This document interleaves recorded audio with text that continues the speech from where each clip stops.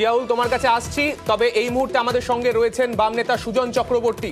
সুজনদা, যে বিষয়টা জিজ্ঞাসা করব, আজকে হাইকোর্টের তরফে যে নির্দেশ তাতে দেখা হলো রাজ্য পুলিশকেও দায়িত্ব দেওয়া হলো, সিবিআইকেও দায়িত্ব দেওয়া হলো, যদিও সিবিআই এর আপত্তি ছিল। আপনার কি মনে হয় এই গোটা বিষয় তদন্ত প্রক্রিয়ায় রাজ্য পুলিশের ওপর এখনো পর্যন্ত যে হাইকোর্ট আস্থা হারায়নি সেই বিষয়টাই কি এক্ষেত্রে স্পষ্ট করলো হাইকোর্ট? দেখুন, কোর্ট মনে করেছে সিট গঠন করেছে এবং সেই সিটের সঙ্গে সিবিআই এবং রাজ্য পুলিশ দুজনকেই সাহায্য করতে বলেছে, তাদের এসপি পদমর্যাদা কাউকে রেখে। তৃণমূলের নেতারা অত্যন্ত খুশি, যাতে রাজ্য পুলিশের উপরে কোর্টের ভরসা আছে। ওদের ভাবা উচিত ছিল যে রাজ্য পুলিশ নিজেই করবে, এই ভরসাটা নেই বলেই কোর্টকে সিদ্ধান্ত দিতে হচ্ছে, নির্দেশ দিতে হচ্ছে। এবং কোর্ট নির্দেশ দিচ্ছে মানে একা রাজ্য পুলিশের উপরে ভরসা করতে পারলো না, তার সঙ্গে সিট এবং সঙ্গে সিবিআই। তো রাজ্য পুলিশের কোনো মান সম্মান বলে কিছু থাকলো না তো না। রাজ্য পুলিশের 12টা বাজানো হয়ে গেছে এবং এখন এটা নিয়েও কোনো সন্দেহ নেই যে শাহজাহানরা পুলিশের ঘেরাটোপে একেবারে নবান্ন নির্দেশ মতনই ঘুরে ফিরে বেড়াচ্ছেন, অতএব রক্ষক এক হয়ে যাচ্ছে। বেশ, ধন্যবাদ সুজনদা। আমাদের সঙ্গে রয়েছেন তৃণমূল নেতা জয়প্রকাশ মজুমদার। আমি জয়প্রকাশ বাবুর কাছে যাব। জয়প্রকাশ বাবু, আজকে হাইকোর্টের তরফে যে রায় দেয়া হলো, সিবিআই এর তরফে আপত্তি ছিল, কিন্তু তারপরেও রাজ্য পুলিশের তরফে একটা টিম এই সিটের মধ্যে প্রতিনিধিত্ব করবে, সেই বিষয়টা হাইকোর্ট স্পষ্ট করলো। কোথাও কি রাজ্য পুলিশের যে ভূমিকা, বারবার আমরা দেখেছি হাইকোর্ট অসন্তোষ প্রকাশ করেছে, তারপরেও সিটের মধ্যে রাজ্য পুলিশের প্রতিনিধিত্ব, কোথাও কি রাজ্য পুলিশের ওপর আস্থা এখনো রাখছে হাইকোর্ট? কি মনে করছেন আপনি? না, প্রধান একটি ব্যাপার আপনাদের দৃষ্টি আকর্ষণ করতে চাইছি। এই যে ঘটনাটার সময় প্রথমেই আমরা দলের পক্ষ থেকে বলেছিলাম যে ইডি বা সিবিআই যখন কোথাও রেড করতে বা তদন্তে যাচ্ছে, সেই সময় লোকাল থানা বা প্রশাসনকে কোঅর্ডিনেট করা উচিত, জানানো উচিত। সেই সময় কিন্তু তারা সেই কথায় সম্মতি দেয়নি ইডি সিবিআই। তারা বলেছিল যে আমাদের সঙ্গে কেন্দ্রীয় বাহিনী আছে আর আমরা মিডিয়াকে জানাই, কিন্তু লোকাল পুলিশকে জানাই না। আজকের হাইকোর্টের রায় আমাদের সেদিনকার যে অবস্থান তাকেই সমর্থন করলো, যে স্থানীয় মানে রাজ্য পুলিশ এবং সিবিআই একসঙ্গে যদি তদন্তের প্রক্রিয়া কোঅর্ডিনেট করে, কোঅপারেশন করে, তাহলে তাতে বেটার রেজাল্ট হবে। সুতরাং আমরাও এবার বেটার রেজাল্টের জন্য অপেক্ষা করব। এবার সিবিআই তাদের কি খবর আছে তারা জানাবে, এরা একসঙ্গে মিলে করবে এবং আমরা সবসময় অপেক্ষা করব। তবে জয়প্রকাশ বাবু, এক্ষেত্রে আপনাকে একটু জিজ্ঞেস করতে চাইবো যে পাশাপাশি দিলীপ ঘোষ সহ বাকি বিরোধী নেতারা তারা যেটা বলছেন, এক্ষেত্রে তো রাজ্য পুলিশকে দায়িত্ব দিতেই হতো, কেননা তারা স্থানীয় ভৌগোলিক অবস্থানটা চেনেন, সেই কারণেই রাজ্য পুলিশের উপর আস্থা রাখা হয়েছে। সেই একই কারণেই তো রেড করার সময়ও রাজ্য পুলিশকে জানানো উচিত ছিল। তখন তাতে আপত্তি কেন করেছিলেন দিলীপ বাবুরা কিংবা সিবিআই বা ইডি? একই তো রিজন, তো এই একই কারণ তো পাল্টে যেতে পারে না। সেই জন্যই আমি বারবার বলছি। কিন্তু এর সঙ্গে আরেকটি কথা আপনাদের মাথায় রাখতে হবে, গত 1 দশক 2 দশকে সিবিআই এর তদন্তের যে ফলাফল সেটা তো খুব আশাপ্রদ নয়। আপনারাও দেখেছেন, আজ থেকে 2-3 দিন আগেই নেতাই গণহত্যার যিনি মূল অভিযুক্ত, সিবিআই তদন্ত করেছিল 10 বছর ধরে, তিনি ড্যাং ড্যাং করে বেল নিয়ে বেরিয়ে গেলেন সিবিআই নাকের বরাবর দিয়ে। সুতরাং সিবিআই যদি ভালোভাবে কাজ করে তদন্তের জন্যই স্বাভাবিক। এবং জয়প্রকাশ দাও যেটা বলছিলেন, যে জয়প্রকাশ মজুমদারের কোথাও মনে হচ্ছে, তৃণমূল নেতৃত্বের মনে হচ্ছে যে রাজ্য পুলিশের এখনো রাজ্য পুলিশের ওপর আস্থা রয়েছে হাইকোর্টের। আমি চলে যাব আমাদের প্রতিনিধি জিয়াউলের কাছে।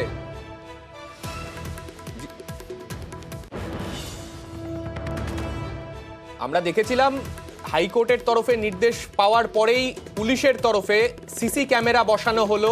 হাইকোর্টের নির্দেশের পরে সিসি ক্যামেরা বসানো হলো শাহজাহান শেখের বাড়ি, শাহজাহান শেখের মার্কেট, শাহজাহান শেখের যে ইটভাটা রয়েছে সেখানে। এবং এরপরে আজকে হাইকোর্টের এই সিট গঠনের নির্দেশ। জিয়াউল, তোমাকে যেটা জিজ্ঞেস করবো, তো এক্ষেত্রে এই সিসি ক্যামেরা ধরে তো এবার এই সিট তদন্ত করবে, অর্থাৎ গতিবিধি তদন্তের ক্ষেত্রে এই সিসি ক্যামেরা অত্যন্ত গুরুত্বপূর্ণ ফ্যাক্টর হতে চলেছে। একদম, দেখো, অবশ্যই এই সিসিটিভির ফুটেজ সংগ্রহ করা বা এই সিসিটিভি ফুটেজ দেখা, সেটা অবশ্যই অবশ্যই সিটের দিক থেকে খুব গুরুত্বপূর্ণ। কিন্তু যেটা হচ্ছে প্রায় 12 দিন অতিক্রান্ত, এখনও অধরা রয়েছে শেখ শাহজাহান। বিরোধীরা সঙ্গে দলেরই একটা অংশ অর্থাৎ শেখ শাহজাহানের অনুগামী তার ঘনিষ্ঠরা বারবার দাবি করছেন শেখ শাহজাহান এখানেই আছেন, তিনি ঘটনার পরেও এলাকায় বাইক নিয়ে ঘুরেছেন, কিন্তু পুলিশ বলছে তাকে খুঁজে পাওয়া যাচ্ছে না, অর্থাৎ পুলিশের কাছ থেকে পুলিশ তাকে খুঁজে পাচ্ছে না। তার জন্যই হাইকোর্ট সিসিটিভির উপরে ভরসা করে বিভিন্ন এলাকা, অর্থাৎ তোমাকে যেমনটি বলছিলাম এই সরবেরিয়া থেকে একেবারে ধামাখালি প্রায় 11 কিলোমিটার রাস্তা 3টি জায়গায়। আমি এই মুহূর্তে রয়েছে শেখ শাহজাহান মার্কেট, প্রায় 100-র বেশি এখানে দোকান রয়েছে, প্রচুর মানুষ এখানে আসে আনাগোনা করে, এবং এখানেও নাকি তিনি আসতেন এমনটাও সূত্রের খবর পাওয়া যাচ্ছে। সেই জন্যই পুলিশ ঠিক এই জায়গাটায় সিসিটিভি ক্যামেরা এখানে লাগিয়েছে, ফলে আরও এই মার্কেটের পুরো 4টে অংশ সেখানে যাতে ওর যে একটি অফিস রয়েছে সেই অফিসেও ঢুকতে পারে এমনটা অনুমান করে 4 জায়গায় 4টি সিসিটিভি ক্যামেরা এখানে লাগানো হয়েছে। শুধুমাত্র তার মার্কেট নয়, এখান থেকে আরও 3 কিলোমিটার গেলেই আকঞ্জি পাড়া যেখানে শেখ শাহজাহানের বাড়ি, একেবারে বাড়ির ঢোকার মুখে সেখানে একটি সিসিটিভি ক্যামেরা, এবং তার যে বাড়ি অর্থাৎ যেখানে এই 5 তারিখে ইডি আধিকারিকরা এসেছিলেন, যে দরজা ভাঙার চেষ্টা করেছিলেন, সেখানেও সেই দরজার মাথায় সিসিটিভি ক্যামেরা বসানো হয়েছে। অর্থাৎ পরবর্তীকালে তিনি যদি আবার আসেন তাহলে অবশ্যই এই সিসিটিভি ক্যামেরা বন্দী হবেন, এবং পুরো ব্যাপারটা এই যে 3 জায়গায় বসানো হয়েছে, 3 জায়গায় কিন্তু 2 জন করে পুলিশ কর্মী রয়েছে, তারা কিন্তু 24 ঘন্টার জন্যই নজরদারি রাখছে, অর্থাৎ শেখ শাহজাহানের যেমন গতিবিধি নজর রাখছে, এবং তার বাড়িতে কে আসছে কে যাচ্ছে, এবং মার্কেটে সবটাই কিন্তু নজরদারি হচ্ছে, এবং সবটাই তারা 2জন পুলিশ রয়েছে, তারা কিন্তু নজরদারি করছেন। শেখ শাহজাহানের বিরুদ্ধে এই তদন্তের ক্ষেত্রে জিয়াউল যে বিষয়টা অত্যন্ত গুরুত্বপূর্ণ তা হলো ন্যাজার থানার পুলিশ কিন্তু আর এই তদন্ত প্রক্রিয়ায় সঙ্গে থাকতে পারবে না। অর্থাৎ এই যে সিসি ক্যামেরার ফুটেজ যেগুলো দিয়ে গতিবিধি ট্র্যাক করার যে প্রক্রিয়া, যাতে ন্যাজার থানার পুলিশ অংশ ছিল, তা এবার থেকে তো সেই দায়িত্ব তার মানে সিটের ওপর চলে যাচ্ছে।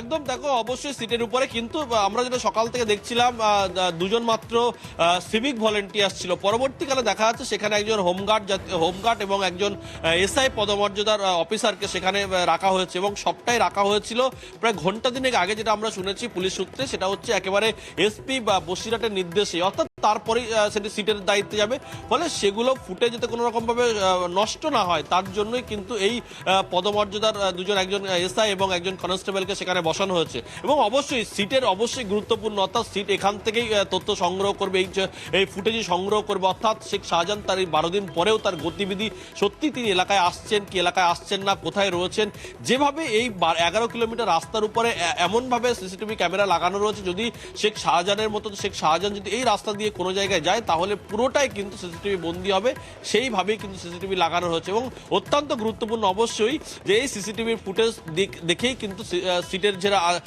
আধিকারিক বা তদন্তকারী অফিসার রয়েছে তারা কিন্তু তদন্ত করতে সুবিধা হবে। এখন দেখার বিষয় তিনি এই সিসিটিভিতে ধরা দেন কিনা, সেটাও কিন্তু এখন উঠছে প্রশ্ন। বেশ, ধন্যবাদ জিয়াউল।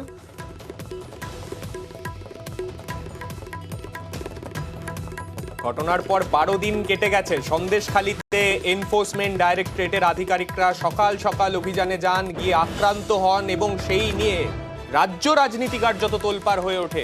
সেই ঘটনার পর 12 দিন কেটে গেছে, এখনো পর্যন্ত শেখ শাহজাহানের টিকিটিও ধরতে পারেননি কেউ। সেই শেখ শাহজাহানকে খুঁজতে এবার স্পেশাল ইনভেস্টিগেশন টিম। সন্দেশখালীর তদন্তে সিট গড়ে তদন্তের নির্দেশ হাইকোর্টের। সিবিআই এবং রাজ্য পুলিশের আধিকারিকদের নিয়ে এই স্পেশাল ইনভেস্টিগেশন টিম গঠন করার নির্দেশ হাইকোর্টের। এই যৌথ টিম গড়ে তদন্ত করা হবে মূলত 2টি মামলার।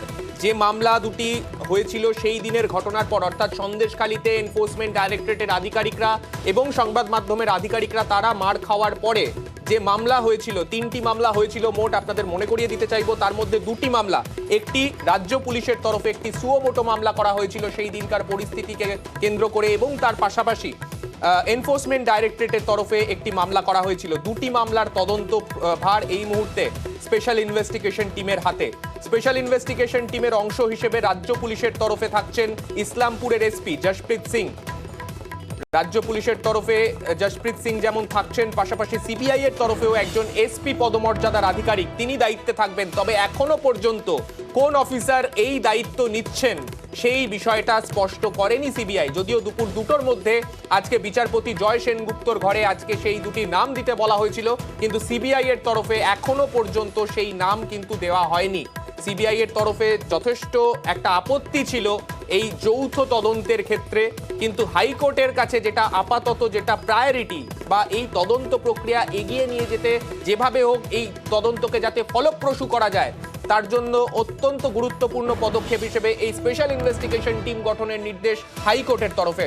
হাইকোর্টের তরফে স্পষ্টই জানিয়ে দেওয়া হলো এই স্পেশাল ইনভেস্টিগেশন টিম তারা একসাথে এই তদন্ত করবে, দুজন এসপি পদমর্যাদার আধিকারিক তারা মাথায় থাকবেন। তবে হাইকোর্টের তত্ত্বাবধানেই এই গোটা তদন্ত প্রক্রিয়া এগোবে। পরবর্তী শুনানির দিন সেই দিন এই হাইকোর্টের এই অগ্রগতি, এই তদন্ত প্রক্রিয়া কত দূর এগোলো সেই বিষয়ে রিপোর্ট দেবে এই স্পেশাল ইনভেস্টিগেশন টিম। তার ভিত্তিতেই পরবর্তী পদক্ষেপ করা হবে হাইকোর্টের তরফে। এবং এই স্পেশাল ইনভেস্টিগেশন টিম এখন তদন্ত প্রক্রিয়া কিভাবে এগিয়ে নিয়ে যায়, কিভাবে এটা আদৌ ফলপ্রসূ হয় কিনা সেই দিকেই আমাদেরও নজর থাকবে।